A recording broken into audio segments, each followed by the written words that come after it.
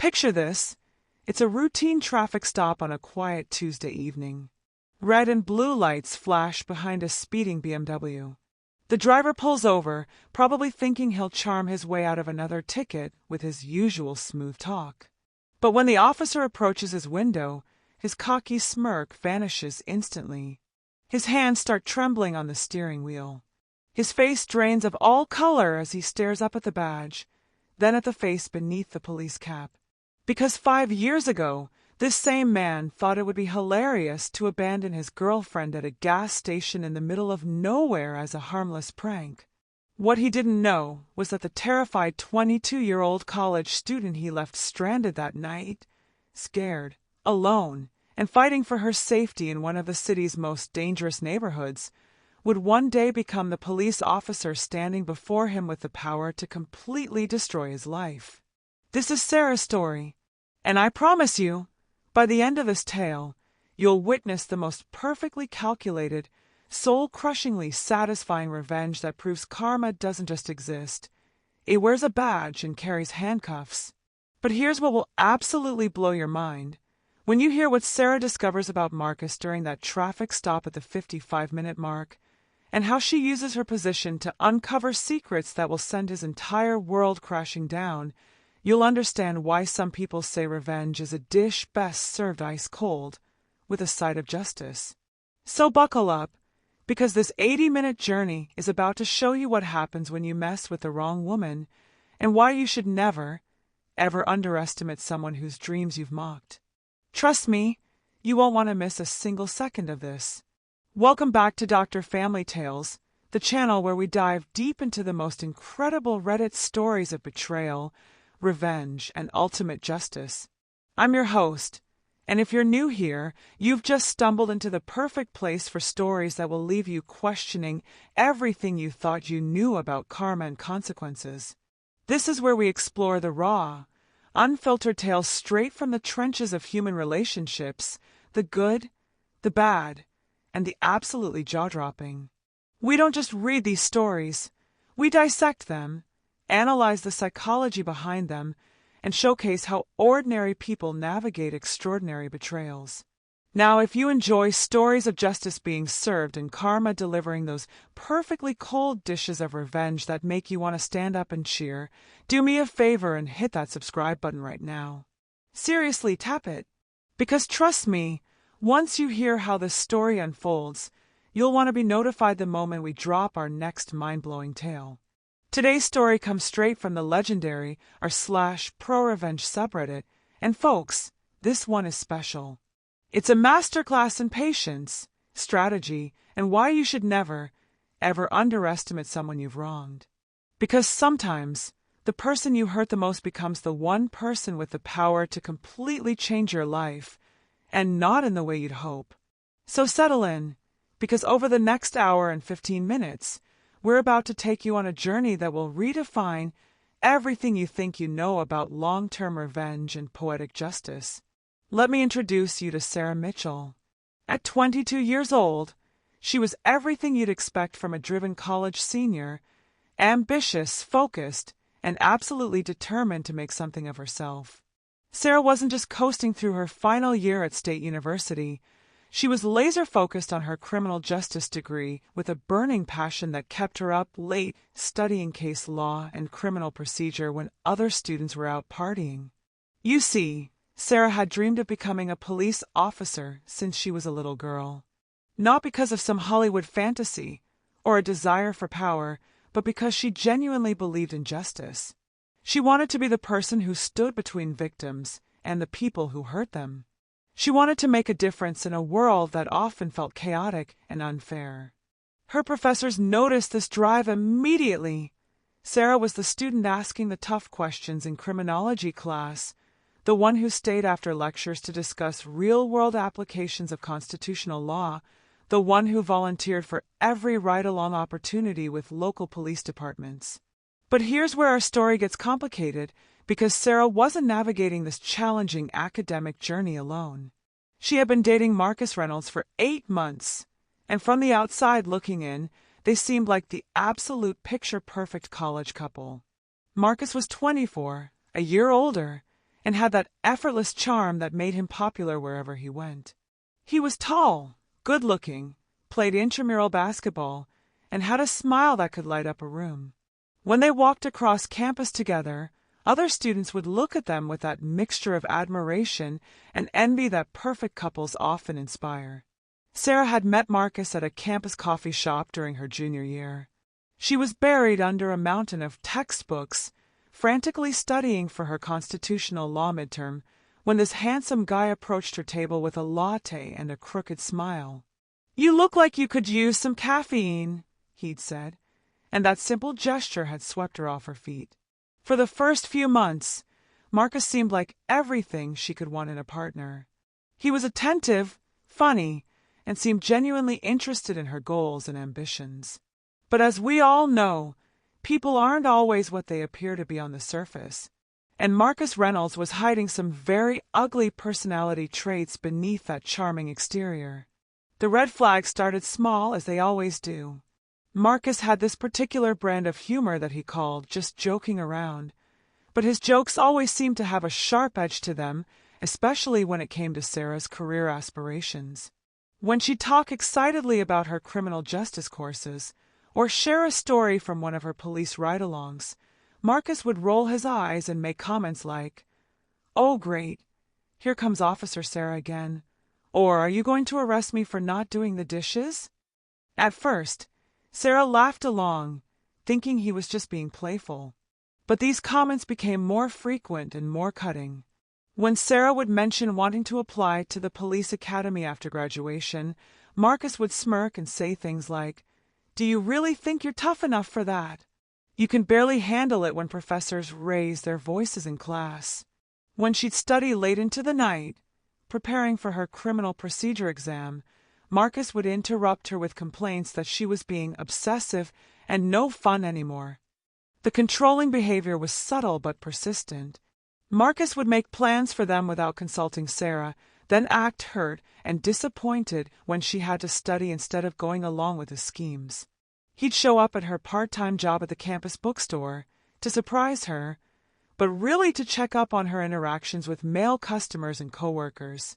When Sarah's study group included male classmates, Marcus would find reasons to drop by unexpectedly, marking his territory with possessive displays of affection that made everyone uncomfortable. But perhaps the most troubling pattern was Marcus's love of what he called pranks. These weren't harmless, fun-loving jokes between partners. They were calculated acts designed to embarrass and humiliate Sarah, usually in front of other people. He once surprised her by inviting his entire intramural basketball team to their apartment for dinner without telling her, leaving Sarah scrambling to feed 8 hungry college guys with whatever leftovers were in their refrigerator. When she expressed frustration, Marcus laughed it off and told his teammates that Sarah couldn't take a joke. Another time, Marcus thought it would be hilarious to hide Sarah's car keys on the morning of her most important exam, making her frantically search for them while the clock ticked toward her test time. She nearly missed the exam entirely and was so flustered that she barely managed to finish. When she confronted him later, nearly in tears from the stress, Marcus just shrugged and said he was trying to help her learn to handle pressure since she wanted to be a cop. Now let me tell you about the people who were actually supporting Sarah during this time, because they play a crucial role in what happens later. Sarah came from a tight-knit, working-class family who had sacrificed tremendously to help her get through college. Her parents, David and Linda Mitchell, both worked blue-collar jobs, her father as a mechanic and her mother as a nurse's aide, but they had always encouraged Sarah's dreams, even when money was tight. They saw the spark in their daughter's eyes when she talked about law enforcement, and they were incredibly proud of her academic achievements. Sarah's best friend, Jessica Martinez, had been her roommate since sophomore year, and Jessica saw things that others missed. Jessica was studying social work and had developed a keen eye for recognizing unhealthy relationship dynamics. She watched with growing concern as Marcus's behavior became more controlling and demeaning over time. Jessica would often find Sarah making excuses for Marcus's actions, explaining away his cruel jokes and possessive behavior as signs that he cared about her. "Sarah," Jessica would say during their late-night conversations, "healthy relationships don't involve one person constantly undermining the other's dreams and confidence." But Sarah was young and in love, or what she thought was love, and like many people in toxic relationships, she had become skilled at rationalizing Marcus's behavior. Then there were Sarah's professors in the criminal justice department. Dr. Elizabeth Hartman, who taught constitutional law, had taken a particular interest in Sarah's academic progress. Professor James Rodriguez, who ran the Police Academy prep program, had already identified Sarah as one of his most promising students. These faculty members saw Sarah's potential and dedication, and they were quietly concerned about changes they noticed in her behavior during her senior year, how she seemed more anxious, less confident in class discussions, and how she would sometimes make self-deprecating comments that seemed out of character. Sarah's life context during this time was challenging in ways that made her especially vulnerable to Marcus's manipulation. Like many college students, she was struggling financially. Even with her parents' help and her part-time job at the campus bookstore, money was always tight. She lived in a shared apartment with Jessica and 2 other roommates, sleeping on a twin bed in a cramped room with barely enough space for her desk and textbooks. She wore the same rotation of clothes week after week, carefully budgeting every dollar to make sure she could afford her textbooks and school supplies. This financial stress meant that Sarah was often exhausted, juggling work shifts with her demanding course load. She would often study until 2 or 3 in the morning, then wake up at 6 to open the bookstore, then rush to classes, then back to work, then home to study some more. It was a grueling schedule that left her emotionally and physically drained, making her more susceptible to Marcus's gaslighting and manipulation. Marcus, on the other hand, came from a wealthy family and never seemed to worry about money. His parents funded his lifestyle completely, paying for his apartment, his car, his entertainment, and his food. This financial disparity created an unhealthy power dynamic in their relationship, where Marcus would often treat Sarah to things she couldn't afford herself, then use those gestures as leverage to make her feel obligated to go along with his plans and demands. The apartment Sarah shared with Jessica and their 2 other roommates was in a part of town that was affordable but not particularly safe. It was the kind of neighborhood where you walked quickly after dark and always locked your doors. Sarah had to take 2 buses to get from her apartment to campus, a commute that took 45 minutes each way and cost money she could barely afford to spend. But she never complained because she was grateful just to have a place to live while pursuing her education. Throughout all of this, Sarah maintained her focus on her ultimate goal. She was determined to graduate with honors, ace the Police Academy entrance exam, and begin her career in law enforcement. She had already started the application process for several police academies in the area, carefully researching their requirements and preparing for their physical fitness and written examinations. She would wake up early to run, building up her cardiovascular endurance for the academy's fitness requirements. She practiced shooting at a local range, using money from her bookstore job to pay for range time and ammunition. Sarah's dedication was remarkable. While other students were focused on weekend parties and social media drama, she was reading Supreme Court decisions and studying criminal procedure manuals. She had created detailed study schedules, color-coded notes, and flashcards covering everything from constitutional amendments to proper arrest procedures. Her professors noticed her exceptional preparation and attention to detail, often using her work as examples for other students. But Marcus saw this dedication differently.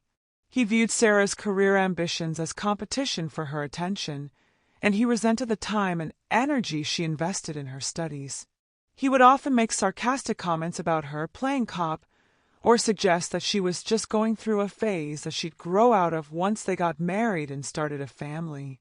Yes, Marcus had already started making assumptions about their future together, even though Sarah had never agreed to any such plans.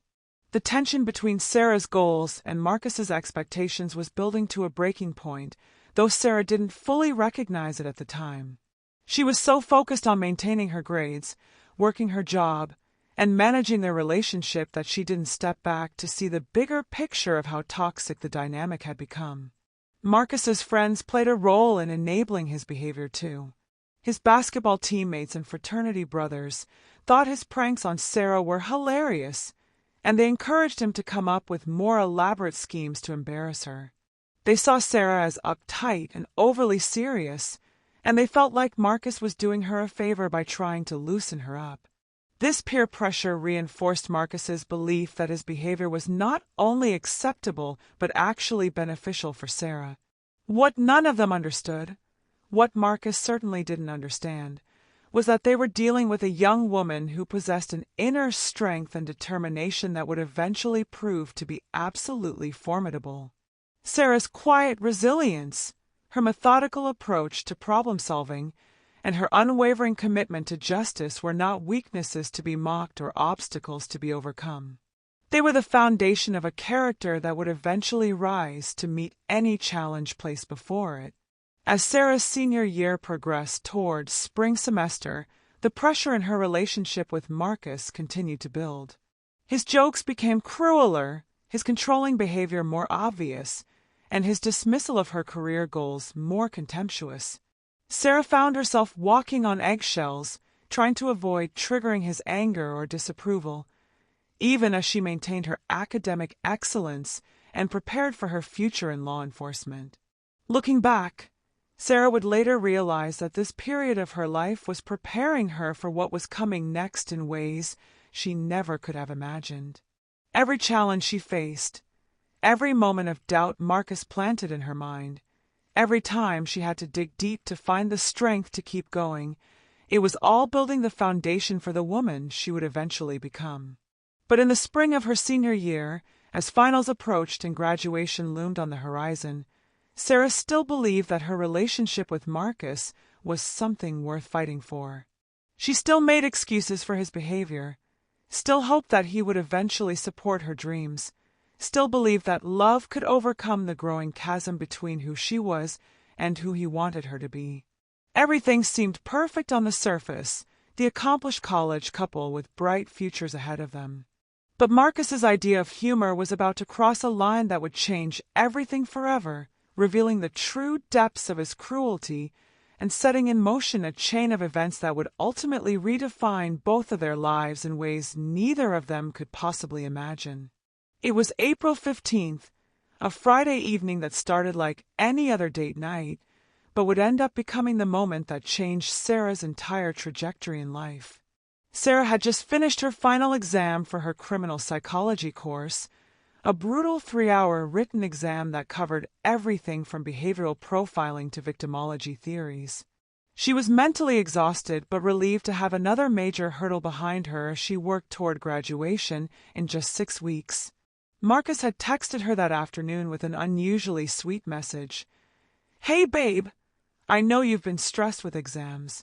Want to go for a drive tonight? Just the two of us, no distractions. I'll pick you up at 8. Sarah was surprised but pleased.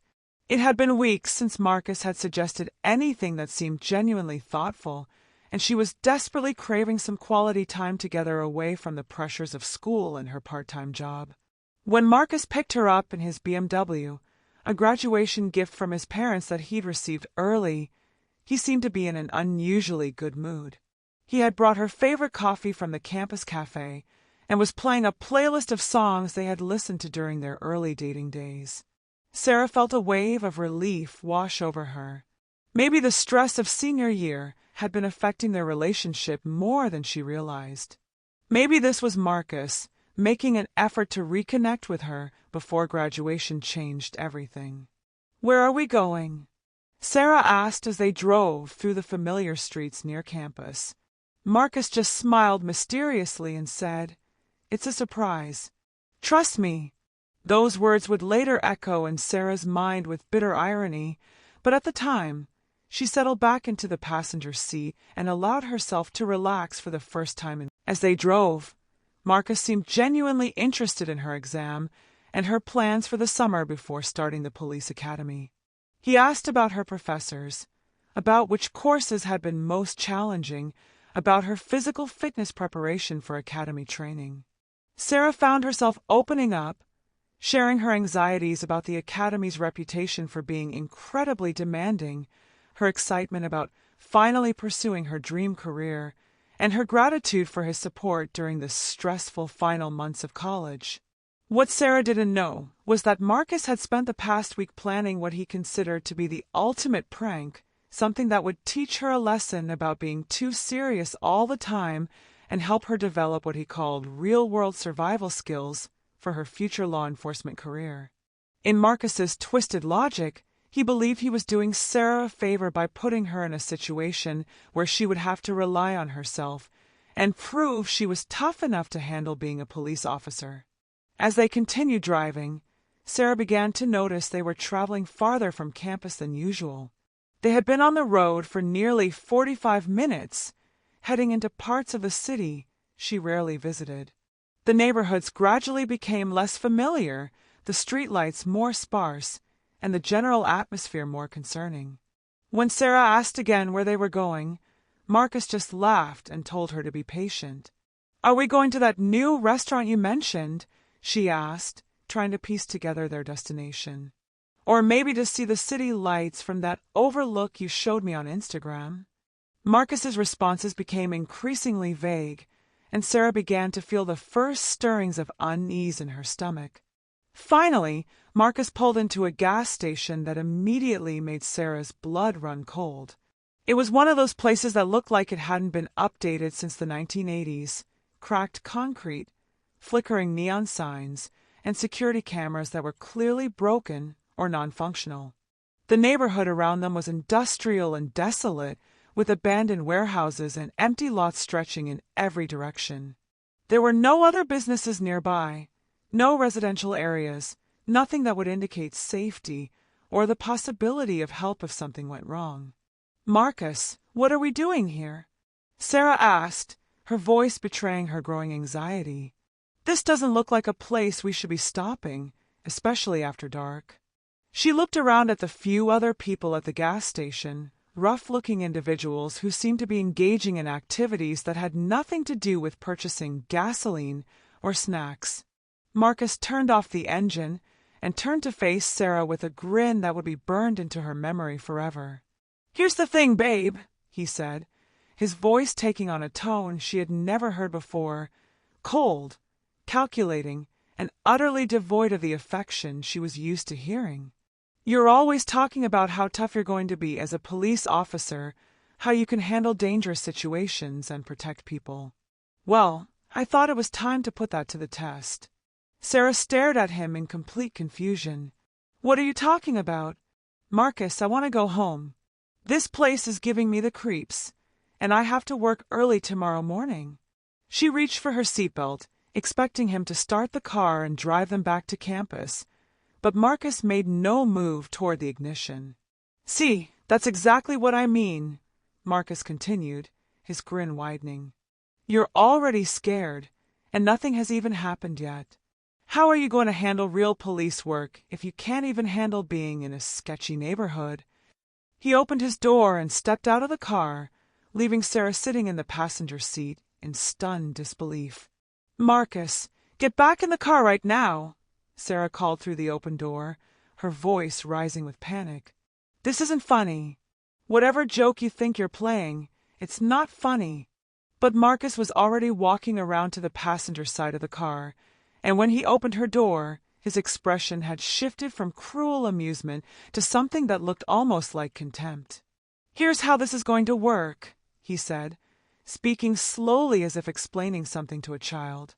"You're going to get out of the car, and you're going to figure out how to get yourself home. Consider it a graduation present, a real-world test of all those survival skills and street smarts you claim to have."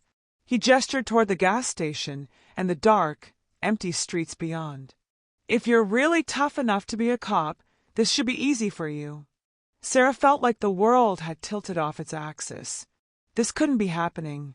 The man she had been dating for 8 months, the man she had trusted with her heart and her vulnerabilities, couldn't possibly be planning to abandon her in one of the most dangerous parts of the city. "Marcus, you're scaring me," she said, her voice barely above a whisper. "Please don't do this. Just drive me home, and we can talk about whatever is bothering you." But Marcus was already pulling her purse from the car and setting it on the ground beside her feet. "My friends are going to think this is hilarious," he said, pulling out his phone to record her reaction. Sarah Mitchell, future police officer, too scared to handle a simple trip home from a gas station. "This is going straight on my Instagram story." The flash from his phone camera lit up Sarah's face, capturing her expression of shock and terror for his social media entertainment. "Marcus, please," Sarah begged, reaching for the car door handle, but Marcus blocked her path back to the vehicle. "I don't have enough money for a taxi from here. I don't even know where we are. My phone battery is almost dead. Please don't leave me here." She was fully crying now, tears streaming down her face as the reality of her situation began to sink in. "That's the point," Marcus replied, clearly enjoying her distress. "You need to learn to solve problems on your own instead of always depending on other people to take care of you. Besides, you keep saying you want to help people in dangerous situations. Well, now you get to help yourself." He walked back around to the driver's side of the car, pausing only to call out, "Don't worry, I'm sure you'll figure something out. You're so smart and independent, right?" The moment Marcus's car pulled out of the gas station parking lot, leaving Sarah standing alone under the flickering fluorescent lights, was the moment her life divided into a clear before and after.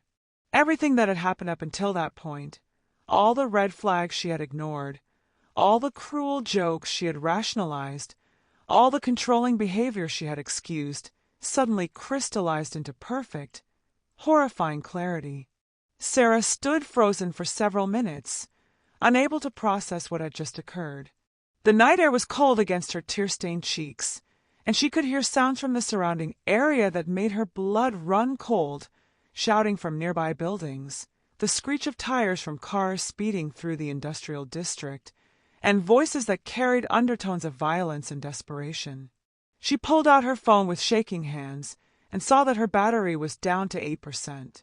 Her first instinct was to call Marcus, to beg him to come back, to apologize for whatever she had done to deserve this treatment. She dialed his number 3 times, but each call went straight to voicemail. On her 4th attempt, she heard Marcus's voice answer, but instead of relief, she heard laughter, not just his laughter, but the laughter of multiple people in the background. "Sarah!" Marcus's voice came through the phone, clearly delighted. "How's that problem-solving going? Have you figured out your route home yet?" The sound of his amusement, combined with the jeering laughter of what sounded like his basketball teammates, hit Sarah like a physical blow. This wasn't just a cruel prank, it was a planned humiliation designed for the entertainment of his friends. "Marcus, please come back," Sarah pleaded into the phone, her voice breaking. "I'm scared. There are people here who look dangerous, and I don't know how to get home. Please, I'm begging you. I'll do anything you want, just please don't leave me here." The laughter on the other end of the line grew louder.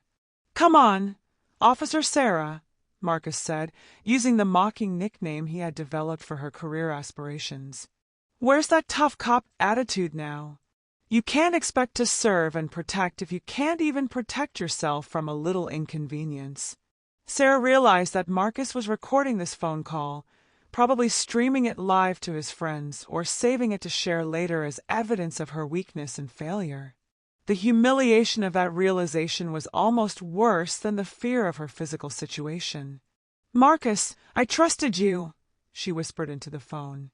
"I loved you. How could you do this to me?" "Love!" Marcus laughed, and Sarah could hear him sharing her words with his audience. "Sarah, this relationship was always temporary. Did you really think I was going to marry some uptight future cop who cares more about her textbooks than having fun?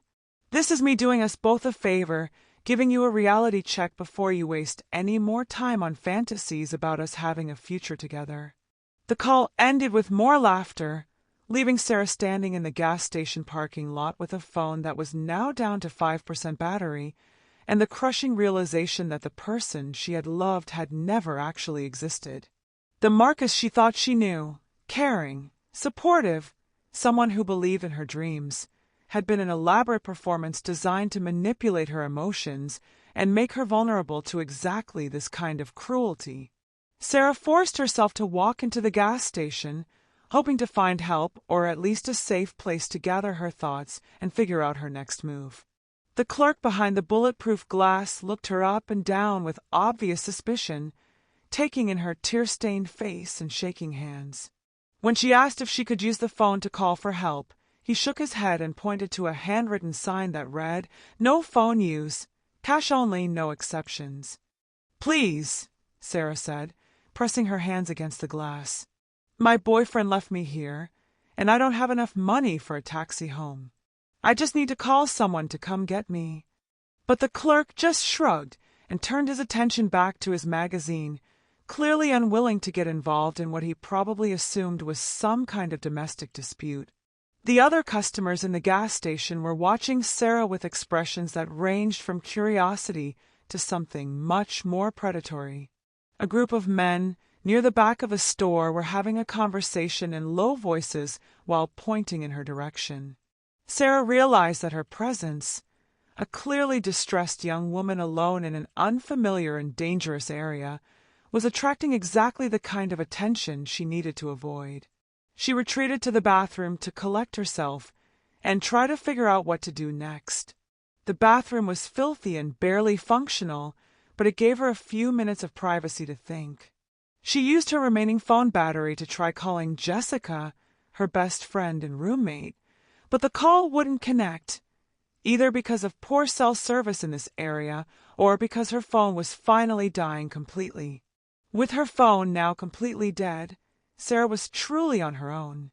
She counted the cash in her wallet and realized she had exactly $17, not nearly enough for a taxi ride that would cover the 40-plus miles back to campus. The bus system didn't extend to this industrial area, and even if it did, she had no idea which buses to take or whether they would still be running this late at night. Sarah made the decision to start walking, hoping to find a main road or a better neighborhood where she might be able to find help. She left the gas station and began walking in what she hoped was the direction of campus, using the faint glow of the city lights on the horizon as her guide. The next 4 hours were the most terrifying of Sarah's life.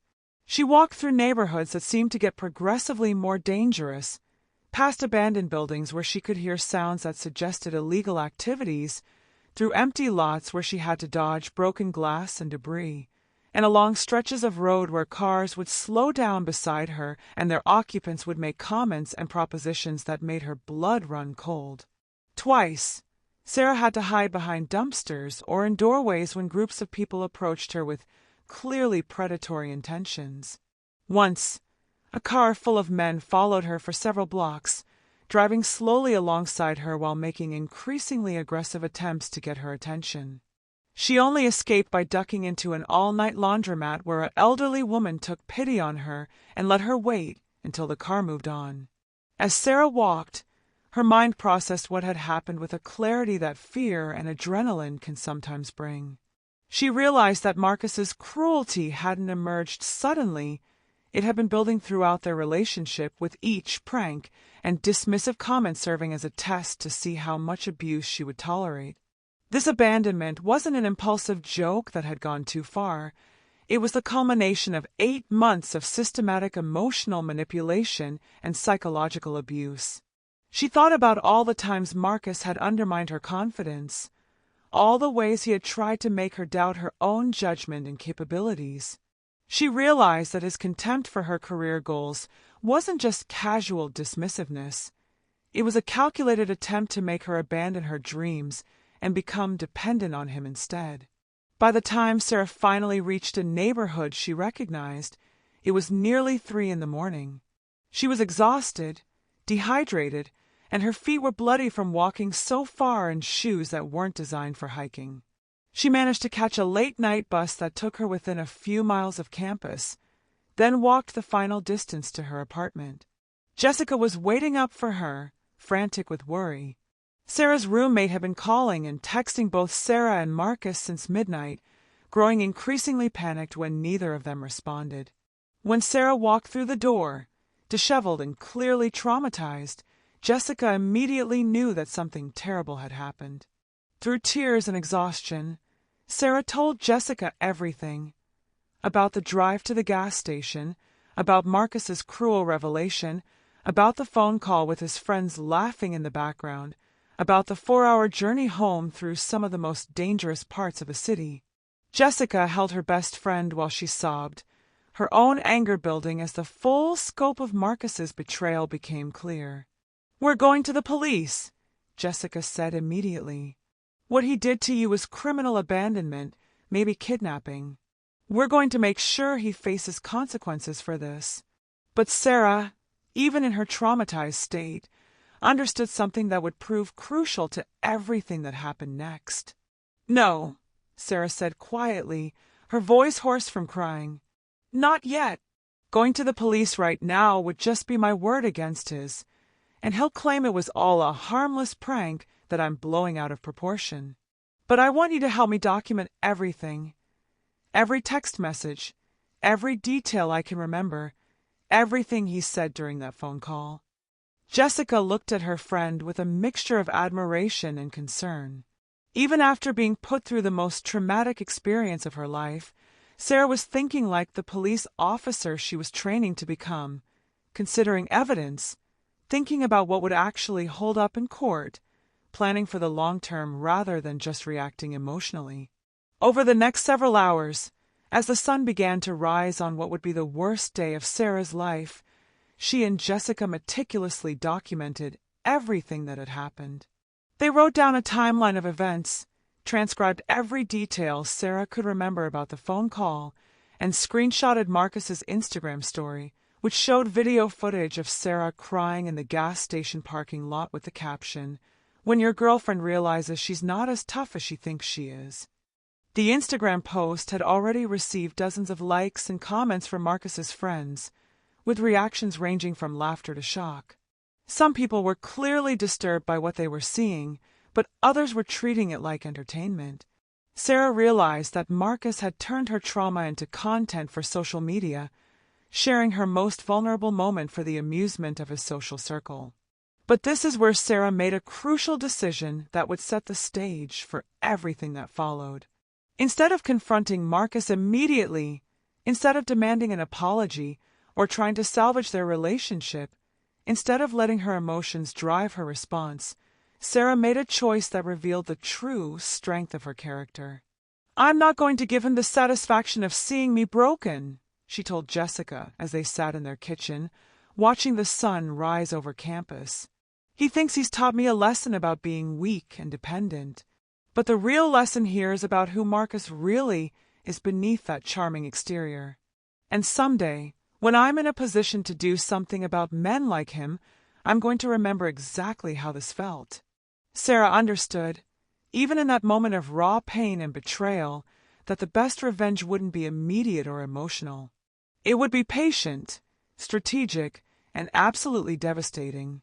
Marcus had just made the biggest mistake of his life, and Sarah was already beginning to formulate a response that would take years to execute but would ultimately be worth every moment of waiting. The scared, crying girl who had been abandoned at that gas station was still there inside Sarah, and she always would be. But sitting beside her now was someone new, someone harder, more determined, and completely committed to never allowing anyone to make her feel that powerless again. Marcus thought he had broken her, but he had actually forged her into something far more dangerous than he could possibly imagine.